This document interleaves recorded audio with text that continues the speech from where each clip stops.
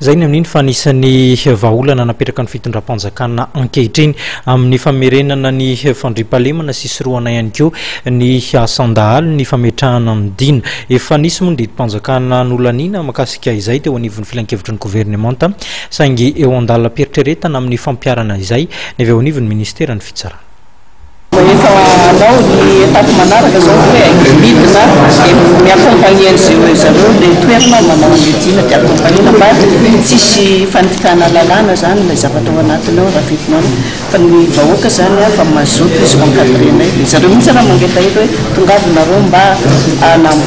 ampianatra anay hoe zao napetraka ao anatiny ao de mety hoe structure anankiray mitokana be eo ikambana rehetrarehetra sa hoe samy manana ny azy mifaritra rehetrarehetra manana ny azy samy manana spécificité ny localité fa le misy an'letrarehetra lasitra iny azo fleur rehefa manao anareo hoe de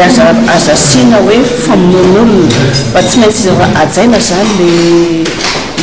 le zon'olombelona zany tsy maintsy atao mifandraika amin'izay zavatra zay le izy satria taloha misy an'le dina menavozy hoe le dina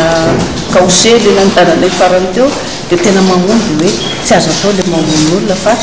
sazy arabola zany le sazy corporel zany tsy azo atao mihitsy ny châtiment physique zay zany hoe hokapona natao zao fa vola zany na hoe fananany zany no any no asina